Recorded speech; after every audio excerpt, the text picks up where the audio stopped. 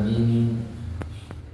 الحمد لله الذي حمدا كثيرا طيبا مباركا فيه كما يحب ربنا ويرضاه. أشهد أن لا إله إلا الله وحده لا شريك له، وأشهد أن محمدا عبده ورسوله الذي أدى الأمانة وبلغ رسالة ونصح الأمة وجاهد في الله حق جهاده حتى أتاه اليقين. اللهم صل وسلم وبارك على هذا النبي الكريم سيدنا ومولانا محمد وعلى آله وصحبه وأزواجه وذرياته ومن تبعهم بإحسان إلى يوم القيامة. اللهم إنا نسألك علما نافعا ورزقا طيبا وعملا متقبلا.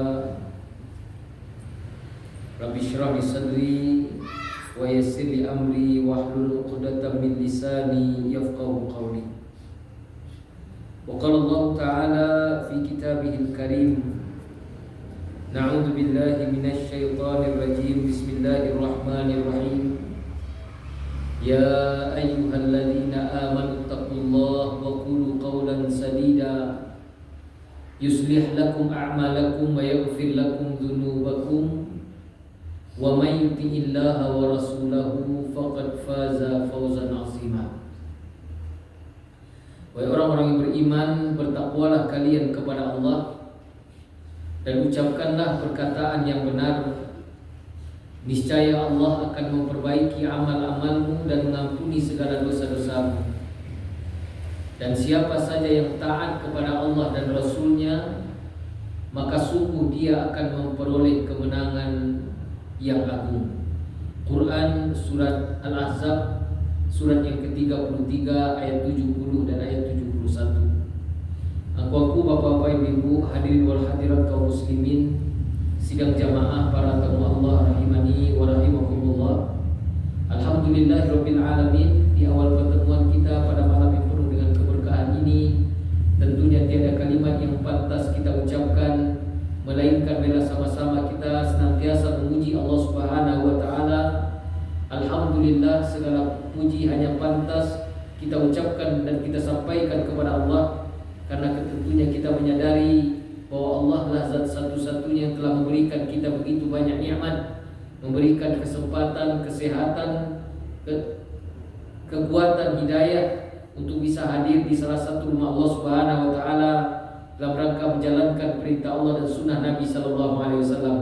Salat di waktunya yang merupakan amal yang paling dan sangat dicintai oleh Allah telah kita lakukan, dan kita hadir kembali dalam majelis ilmu membacakan ayat Allah dan hadis Nabi sallallahu alaihi wasallam.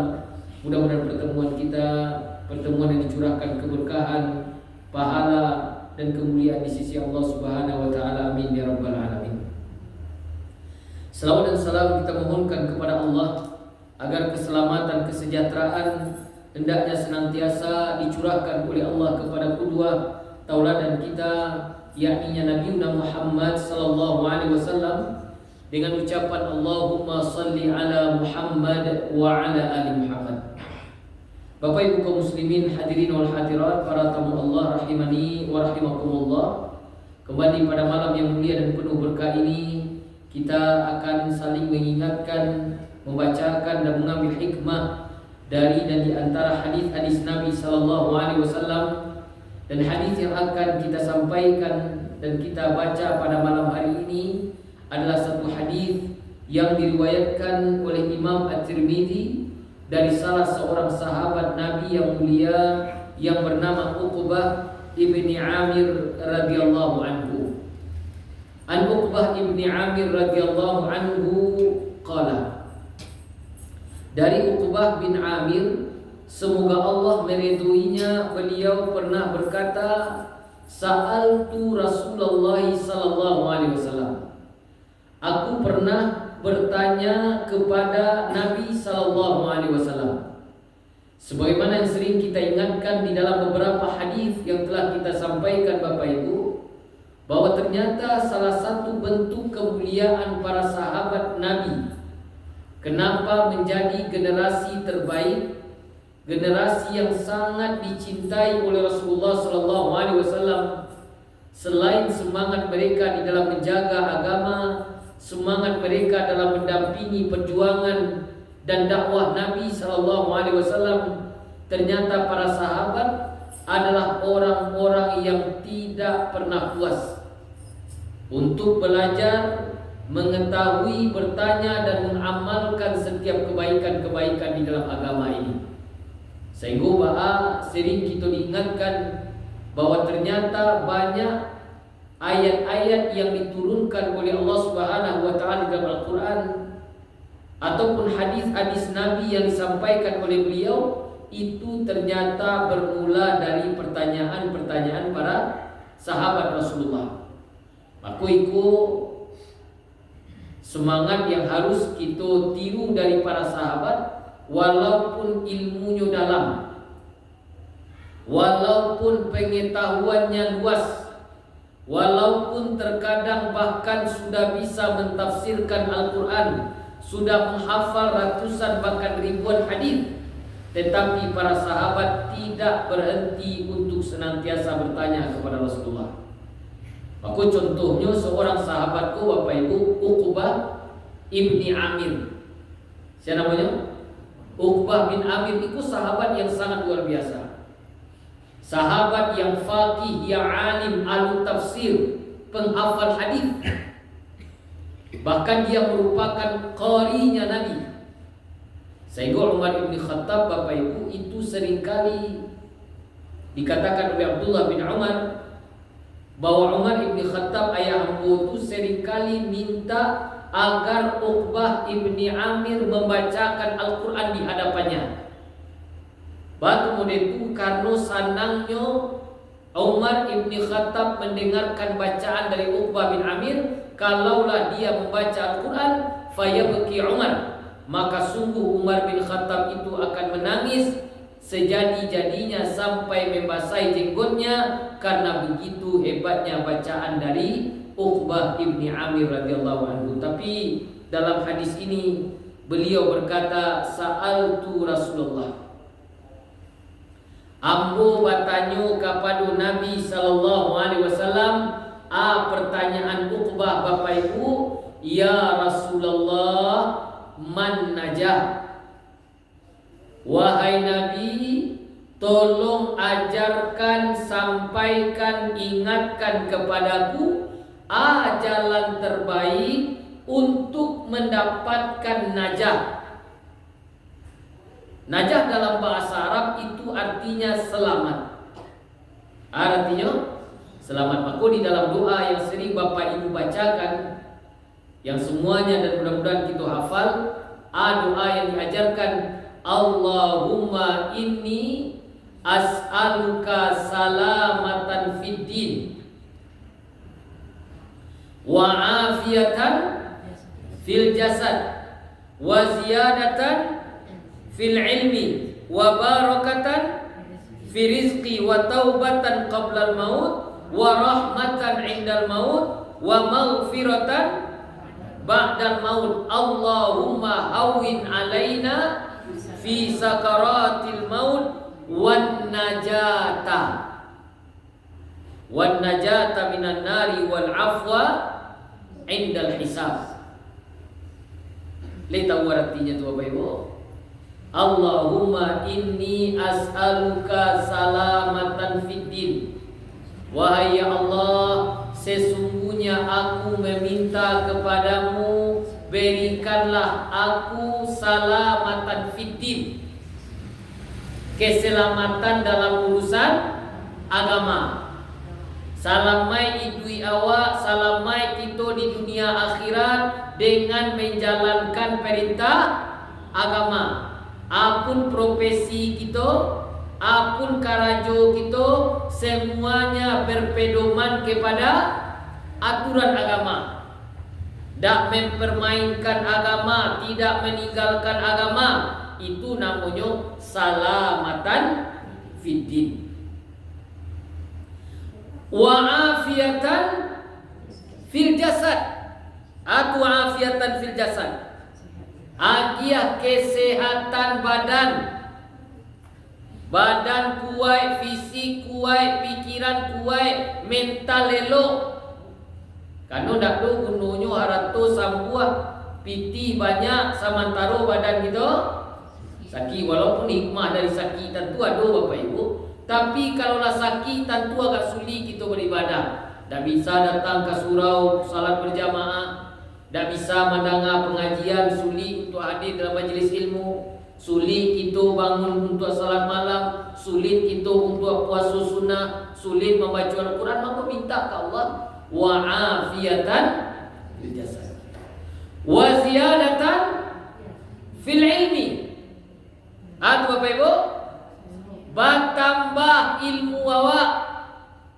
Satio waktu, satio hari hadir kita dalam majlis ilmu, maka hendaknya dengan bertambah ilmu, bertambah semangat kita beribadah.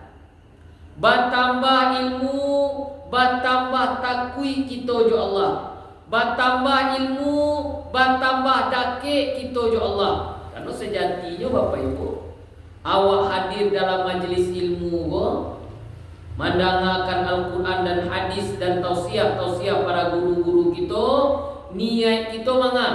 Mendekatkan diri kita ke Allah. Walaupun beko lah dihitung dapat atau indahnya Bapak Ibu, hadir saja kita dalam majlis ilmu itu sudah bernilai ibadah. Duduk saja kita di surau ke Bapak Ibu, kita dengar Al-Quran, kita dengar hadis. Duduk kita saja sudah bernilai ibadah. Didoakan oleh para malaikat, digugurkan dosa dan kesalahan. Walaupun mungkin ada di antara awak tak kadape sadonyo dah disampaikan di guru-guru kita, atau bahkan jangan sadono cie senado tak takut di kepala. Ibu di rumah ditanya di udah batu tak lambai nak pulang, tapi orang mengaji tadi di surau. Ngaji ustaz tu. Itulah tadi. Banyak lupa. Yang tadi lain tak kena, tapi tiba di rumah lupa sebenarnya. Siapa ustaz dan tiba tadi? Ustaz adalah ketik-ketik, ustaz telah lupa di sini. Tapi biarlah hadir kita Bapak Ibu itu sudah bernilai ibadah. Man kharaja li talabil ilmi fahuwa fi sabilillah. Sianan keluar dengan niat menuntut ilmu agama, duduknya di surau, di musala, di musaji, maka dia bagaikan orang yang sedang berjihad di jalan Allah Subhanahu wa taala. Bertambah ilmu, bertambah dakik itu ya Allah. Wa barakatan fi rizqi, dan lagi hamba keberkahan dalam rezeki ya Allah. Maknanya berkah rezeki, bertambah nikmat itu kawa, bertambah dakik itu ya Allah. Tu berkah namanya tu Bapak Ibu. Jadi kalau kamu cari rezeki kita berkah atau indah, lai ko rezeki nanti ada Allah menjadikan kita dakik ya Allah. Bertambah umur, bertambah rajin beribadah, itu berkah umur. Bertambah kadai cie jadi dua jadi tiga, bertambah rajin salat berjamaah, berkah. Aja soal liatnya. Batu apa nado ke musala le ke surau salat berjamaah, baalu ke salat berjamaah dulu kadai cie nya. Kini lah tiga dah bisa ditinggal lain. Itu dah berkah. Bertambah cucu. Naya tensi. Bertambah tensi tu. Bertambah rajin mendengar pengajian.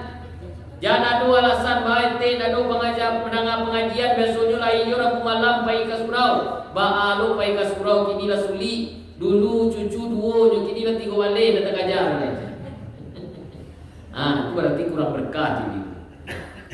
Bertambah haratu kita, bertambah dakik ya Allah. Bertambah cucu kita, bertambah rajin kamu salah ke surau kamu saji. Itu namanya berkah. Ziyadatul khair kata para ulama. Wa barakatan fi rizqi wa taubatan qabla al-maut, dan lagi hamba kesempatan ya Allah bertaubat sabalun mati. Ya, bertaubat pun dah siap mati tu Bapak Ibu. Dan di dalam kubur bertaubat kau bila? Sabalun mati, jangankan lain sabalun mati, berjangan dalam kubur Bapak Ibu. bahkan di saat sakratul maut saja. Waduh, orang nan ingin bertaubat ketika sakratul maut, waktu mati setelah bertaubat Ustaz. Lain diterima taubat seorang ketika dalam keadaan sakratul maut. Tidak. Saluman ju Fir'aun, Bapak Ibu. Tahu Bapak Ibu Fir'aun? Di mana tahu? Namun itu dalam Al-Quran diceritakan oleh Allah ketika dia hampir terbenam di Laut Merah itu. Lah tibo ayatu di dia, lah hampir berpisah roh jo jasadnya. Di saat itulah Fir'aun bertaubat. Jadi ternyata Fir'aun kok pernah bertaubat kok. Tapi sayangnya bertaubat Fir'aun ketika dia hampir mati, hampir terbenam. Qala amantu bi rabbil alamin. Hari ini ambo beriman kepada Tuhan semesta alam. Dalam ayat lain, wa ana minal muslimin, kata Fir'aun, hari ini ambo termasuk orang-orang yang berserah diri kepada Allah. Dah ada carito ketika seorang dalam keadaan sakratul maut, maka pintu taubat sudah ditutup oleh Allah Subhanahu wa taala. Jadi taubatku bila sebelum mati. Wa rahmatan indal maut, dan lagi ambo kasih sayang ketika mati. Mati kita dalam keadaan husnul khatimah, wa maghfiratan ba'dal maut, dan lagi ampunan setelah mati. Ya Allah, Allahumma hawin alaina fi sakaratil maut. Ya Allah, mudahkanlah sakratul maut kami, wan najata minan nar, dan selamatkan kami dari siksaan api neraka, wal afwa indal hisab, dan berikanlah ampunan ketika amal kebaikan dan keburukan kita diminta pertanggungjawaban, dihisab oleh Allah Subhanahu wa taala. Apa doa aku Bapak Ibu? Mudah-mudahan bisa kita hafalkan karena di dalamnya memiliki keutamaan, memiliki fadilah yang sangat luar biasa yang ketika dikabulkan oleh Allah Subhanahu wa taala, itulah inti kebahagiaan kita dunia dan akhirat. Maka ditanyakan oleh Uqbah, ya Rasulullah, man najah, jalan terbaik untuk mendapatkan keselamatan. Maka di dalam hadis ini Bapak Ibu, Rasulullah sallallahu alaihi wasallam memberikan pelajaran, memberikan jawaban kepada Uqbah dengan 3 jawaban. Jawaban yang disampaikan, yang pertama kata Nabi, kalau engkau ingin selamat wahai Uqbah, amsik alaika lisanaka. Nan pertama sekali, jago lisan engkau. Jago lidah, jago ucapan, pagunakan untuk nan elok. Karena Bapak Ibu, sejatinya lisan diciptakan oleh Allah Subhanahu wa taala, itu tujuan lisan itu adalah untuk beribadah.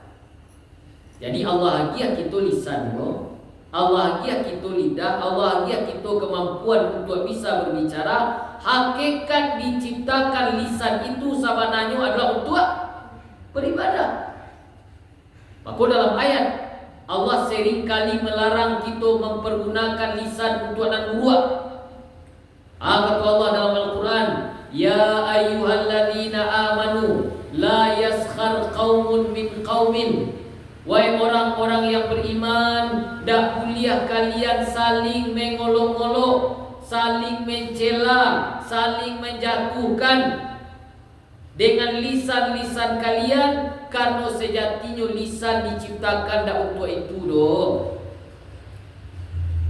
Wala yakhtab ba'dukum ba'da, dak kuliah kalian saling menggunjiang, membuka aib, madu domba.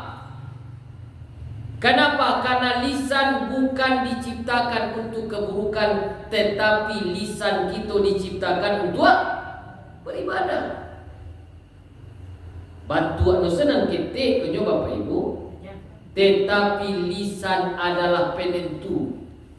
Aku pernah aku sampaikan, seorang kalau mati dalam keadaan husnul khatimah, kalau ingin mencari ciri seorang mati dalam keadaan husnul khatimah, salah satu cirinya adalah ketika di akhir kalamnya dia mampu mengucapkan kalimat la ilaha illallah.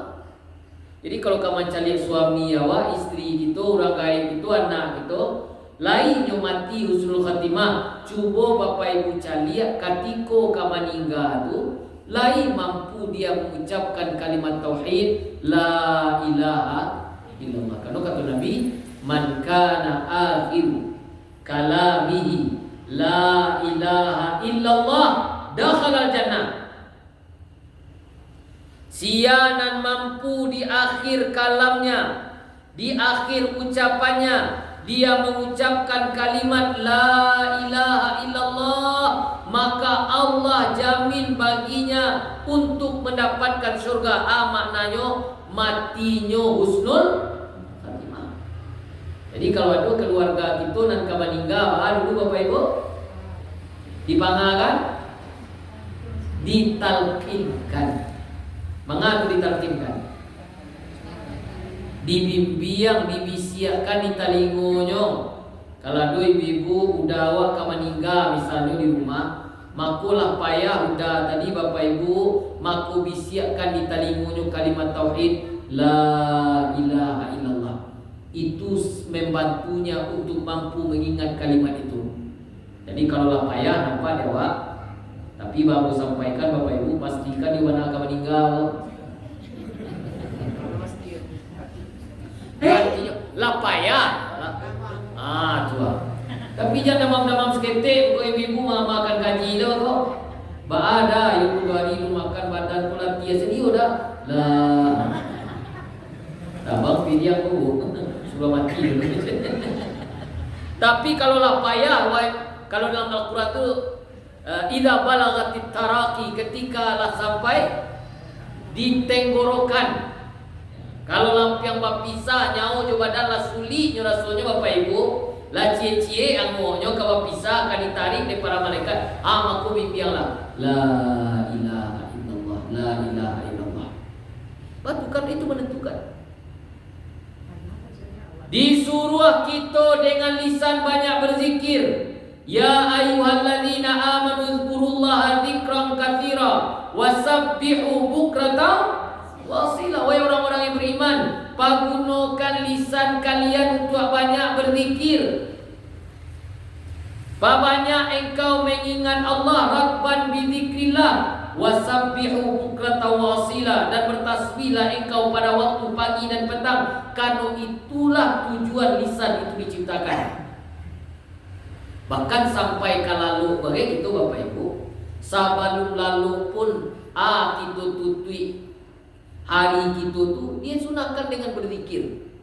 Aku dalam satu hadis kata Nabi SAW, sia yang akan tidur, sia nan kalalo kata Nabi, lalu sebelum dia tidur itu dia mengucapkan kalimat, carikan hadis la ilaha illallah wahdahu la syarikalah lahul mulku wa lahul hamdu wa huwa ala kulli syai'in qadir. Kan ditambah la haula wala quwwata illa billahil aliyil azim. Kata Nabi SAW, huttat khataya wa in kana mithla zabadil bah, maka Allah akan menghapuskan dosanya walaupun banyak dosonya sebanyak buih di dalam laut.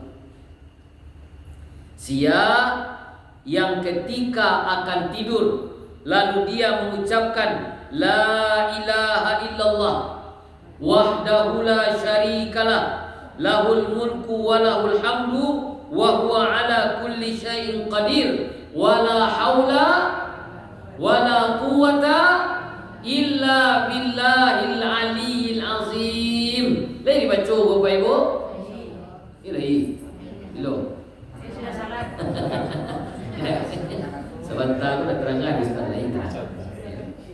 Kalau dalam hadis ini, man qala ina ya'wi ila firasihi, siapa yang akan berbaring di tempat tidurnya, Kemudian dia mengucapkan la ilaha illallah wahdahu la syarikalah, lahul mulku wa lahul hamdu wa huwa ala kulli syai'in qadir, wa la haula wa la quwwata illa billahil aliyil azim. Ghafarallahu dzunubahu aw khatayahu. Allah akan mengampunkan dosanya, Allah akan menghapuskan segala kesalahan-kesalahannya. Wa in kana mithla zabadil bah, walaupun dosonya sabanyak buih di dalam laut. Dalam riwayat yang lain, sabanyak pasir di tepi pantai. Dalam riwayat yang lain, sabanyak daun nanado di atas dunia ko, malam itu juga dosanya akan dimaafkan oleh Allah Subhanahu wa taala. Akan hebat Bapak Ibu. Itu zikir. Lisan digunakan untuk memperbanyak membaca Al-Quran. Maka dalam hadis yang pernah kita sampaikan, man qara'a Qur'ana, man qara'a harfan min kitabillah. Dalam hadis Imam At-Tirmidzi dari Abdullah bin Mas'ud, sianan membaca satu huruf dalam Al-Quran, falahu bihi hasanatun, Allah berikan baginya kebaikan, wal hasanatu bi asyri amsalihha, dan kebaikan itu dilipat gandakan menjadi 10. Wala aqulu alif lam mim harfun, aku tidak katakan kata Rasulullah alif lam mim itu satu huruf, walakin alifun harfun, alif cielo hurufnya, wa lamun harfun, lam cielo hurufnya, wa mimun harfun, dan mim pun cie hurufnya. Bayangkan Bapak Ibu, alif lam mim saja itu sudah menjadikan kebaikan dicatatkan oleh malaikat, bahkan sampai 30 kebaikan dengan alif lam mim saja. Aku ada orang yang paling pilih dalam sehari itu Bapak Ibu, pandai membaca Quran Ustaz. Kalau baca Quran lebih daripada alif lam mim, kaki, kepala, sakit gigi, sakit pinggang, sakit paru, banyak sakit. Beribadah sakit, selalu beribadah lain dan sakit. Baca alif lam mim saja Bapak Ibu 30. Bayangkan kalau membaca 30 kebaikan. Bayang baca kalau baca Al-Fatihah, membaca itu sehalaman, 2 halaman, selembar, 2 lembar. Bahkan kalau kita bisa membaca ayat kursi Bapak Ibu, banyak keutamaannya. Termasuk mungkin yang banyak dilalaikan di sebagian manusia, itu membaca ayat kursi setelah salat. Bapak Ibu lain membaca ayat kursi setelah salat. Ya lain. Kata Nabi dalam satu hadis, wa inginkan hadis mulia, man qara'a ayat kursi fi duburi kulli salati maktubah, sianan membaca ayat kursi di penghujung salatnya. Dia selesai salat, selesai beristighfar dan lain sebagainya, baca Allahumma antas salam, lalu dia membaca ayat kursi. Kata Nabi sallallahu alaihi wasallam, lam yamna'u min dukhulil jannah illa ayyamut, tidak ada yang membatasi dirinya untuk memasuki syurga Allah kecuali adalah kematiannya. Maknanya Bapak Ibu, mati ya Wak, orang yang rutin setelah salatnya membaca ayat kursi. Kali apa ada ayat kursi? Baca ayat kursi setelah salat itu banyak dilupakan, banyak dilalaikan dan ditinggalkan di sebagian orang Bapak Ibu. Selesai salam ke subuh ke kida, anulah tiba di pintu surau ta'ala di kajian pula. Baca ayat kursi dulu. Allahu la ilaha illa huwal hayyul qayyum la ta'khudhuhu sinatun wa la nawm. Baca sampai habis, maka kata Nabi sallallahu alaihi wasallam, maka Allah akan jamin dia untuk memasuki surga Allah. Tidak ada yang membatasi dirinya dengan surga itu kecuali adalah kematian. Matinya, maka Allah catatkan langsung tampainya nanti di surga Allah Subhanahu wa taala. Hebat Bapak. Lisan digunakan untuk beristighfar, banyak istighfar. Tuba liman wajada fi sahifat istighfaran katsiran. Beruntunglah kata Nabi orang-orang yang nanti di akhirat ketika dia buka catatan amalnya ketika diberikan oleh Allah, lalu dia dapatkan di dalam catatan amal itu banyak pahala istighfar.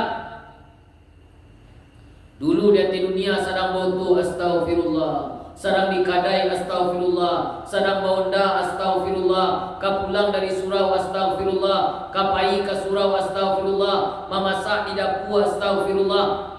Kamu itu Bapak Ibu, kadang sengaja ataupun tidak, sadar ataupun tidak, lisan kita lah biasa saja Bapak Ibu. Kadu dua, aku mencari ada ibu kadu dua astagfirullah. Kau tahu? Kata gak ya? Astagfirullah. Gak sakit pinggang stek? Astagfirullah. Ya. Kau pulang dari surau, diajak kawan mata, lah pulang lagi jangan itu nampak. Ia bertakannya di pintunya. Astagfirullahaladzim. Jadi berkunci nanti pulang mengaji. Baca banyak. Kalau itu adalah kebaikan, akan dicatatkan kebaikan-kebaikan itu nanti di akhirat. Karena sabaliaknya lisan akan sangat berbahaya.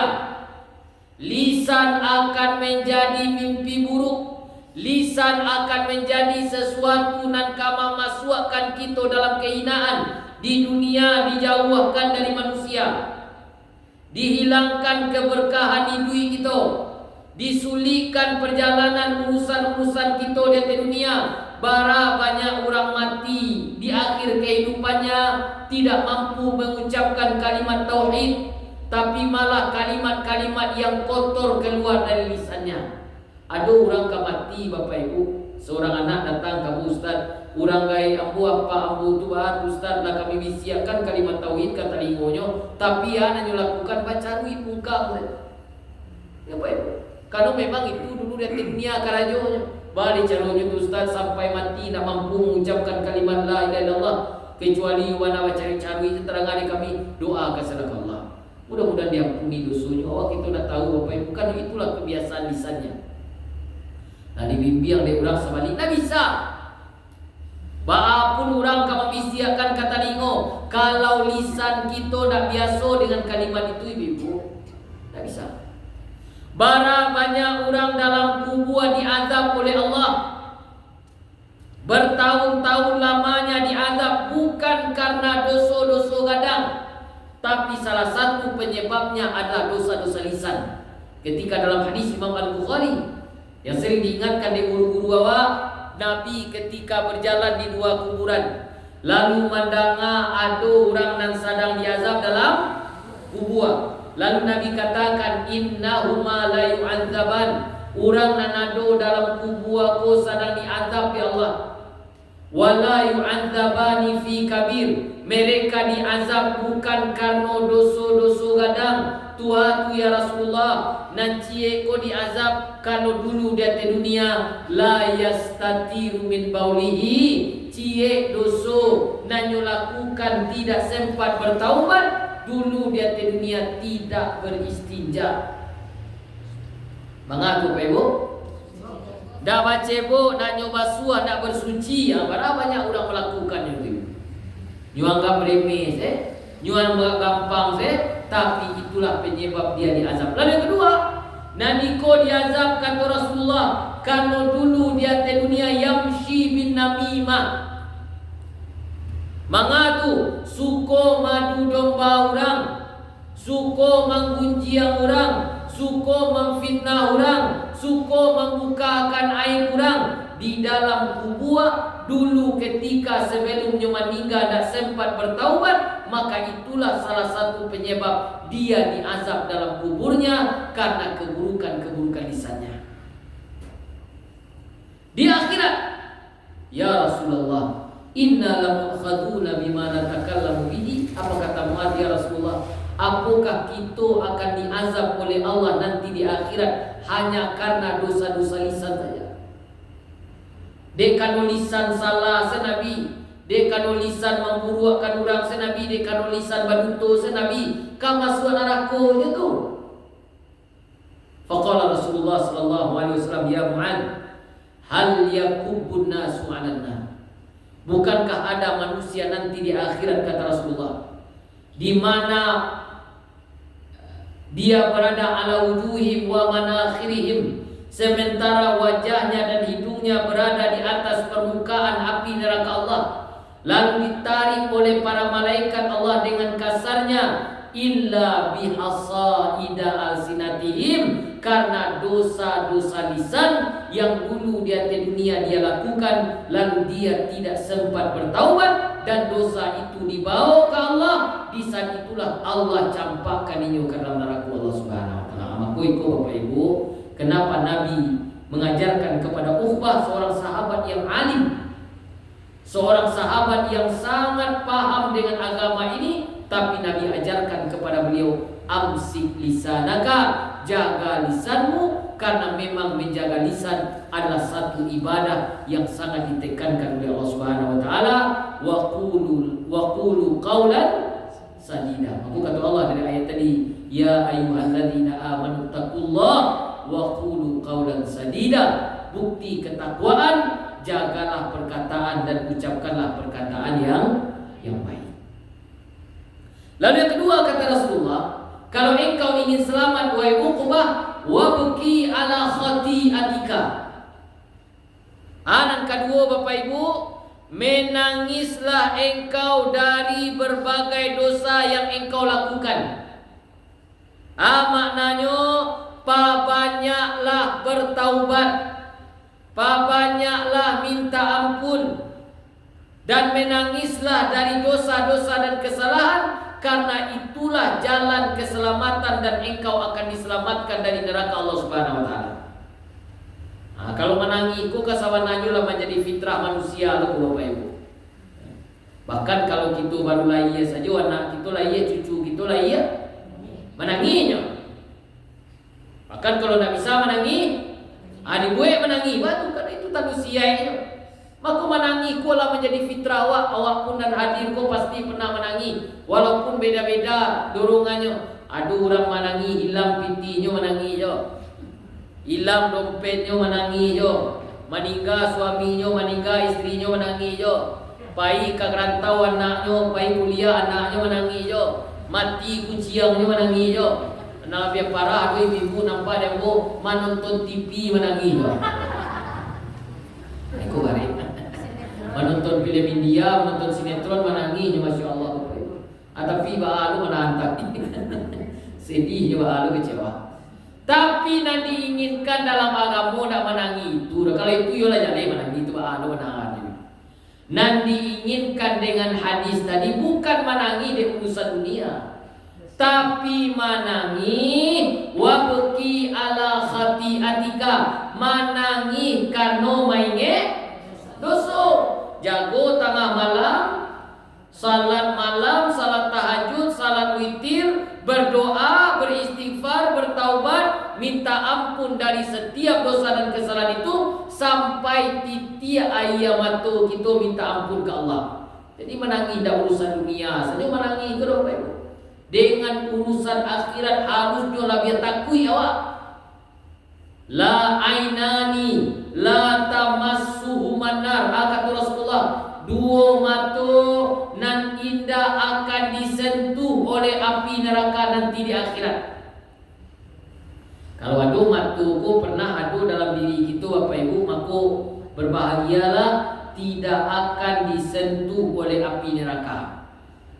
Ustaz, yang pertama kata Rasulullah, ainun bakat min khasyatillah. Mata nan dulu pernah di hati dunia, bertaubat minta ampun, lalu keluar ia mata didorong rasa takutnya ke Allah. Jadi kau dapat memang Bapak Ibu minimal sekali semua duit minimal lah. Tapi kau dapat tentu acuk sering-sering rancak mana. Minimal sekali semua duit yo pernah lah kita menangis, bertaubat minta ampun ke Allah Subhanahu wa taala. Karena itu jalan keselamatan kita. Tidak akan disentuh oleh api neraka Allah. Dua mata yang sudah dijamin oleh Nabi. Kalau mata nak disentuh api neraka, badan awak tentu nak disentuh dulu Bapak Ibu. Mata sen ustaz, badan ustaz sama tu je. Mata nak disentuh artinya badan nak naik dulu, itulah maksud. Mata nanti nan pernah menangis. Lalu yang kedua, ainun batatuh rasu fi sabilillah. Mata nan dulu batanggang, mata nan dulu bagadang, indah amuah lalu, bukan de urusan dunia lo. Bukan de karena mauta, bukan de karena dilapau, bukan de karena menonton bola. Amu acuk je batanggang ustaz, amu matu ko lalu lo. Batu yo ba, anda bisa, bukan itu. Nah dimaksud dengan bagadang dalam hadis itu adalah memikirkan agama Allah. Tak bisa lalu Ndak bisa kita istirahat tetapi mana dek karena memikirkan agama Allah. Ba'a agama Allah ku terjaga, ba'a surah wa rami, ba'a pengajian wa jalan, ba'a pendidikan agama anak-anak wa terlaksanakan. Itu memikirkan agama Allah Subhanahu wa taala, maka Allah berjanji mata itu pun tidak akan disentuh api neraka nanti di akhirat. Bahkan dalam hadis yang lain, sab'atun yuzilluhumullah fi yauma la zilla illa zilluh, dari 7 golongan yang tidak akan disentuh api neraka nanti di akhirat. 7 golongan yang akan diberikan naungan, diberikan perlindungan, di mana tidak ada naungan kecuali naungan Allah. Di antaranya rajulun dzakarallaha khalian fafadat ainahu, seorang hamba Allah yang bangun di tengah malam lalu dia mengeluarkan air mata ketika mengingat Allah, maka sungguh dia akan diberikan perlindungan, diberikan pertolongan, diberikan syafaat nanti di akhirat dengan izin Allah Subhanahu wa taala. Lalu yang ketiga, yang terakhir, kata Rasulullah, kalau engkau ingin selamat wahai Uqbah, wal yasaka baituka. Maknanya Bapak Ibu, engkau luaskanlah rumahmu. Maknanya engkau jadikan rumah engkau tempat untuk beribadah. Salat sunnah kita laksanakan, mungkin bisa di rumah-rumah kita. Kita ajak keluarga kita untuk senantiasa membaca ayat-ayat Allah Subhanahu wa taala. Isi rumah kita dengan nilai-nilai agama. Suruh anak dan keluarga kita untuk beribadah. Larang mereka dari segala kelalaian dan kemaksiatan kepada Allah. Karena keluarga juga merupakan tanggung jawab yang akan diminta pertanggungjawaban nanti di sisi Allah Subhanahu wa taala. Dan inilah yang menjadi tugas semua Uqbah. Kalau engkau jago keluarga engkau dari segala kemaksiatan, engkau ajak mereka beribadah kepada Allah, maka engkau juga akan diselamatkan oleh Allah Subhanahu wa taala. Maka Bapak Ibu, ikutlah jalan keselamatan yang diajarkan Nabi kepada seorang sahabat yang sangat mulia yang bernama Uqbah ibni Amir. Jalan yang tentunya pun menjadi pelajaran dan menjadi amal yang kita pakaikan dalam kehidupan kita. Dan pertama, jago lisan, menggunakan untuk nanelo, berzikir, beristighfar, membaca Al-Quran. Lalu yang kedua, sisihkan waktu kita menangis bertaubat kepada Allah. Lalu yang ketiga, jadikan keluarga kita menjadi keluarga-keluarga yang tunduk dan patuh kepada aturan Allah Subhanahu wa taala.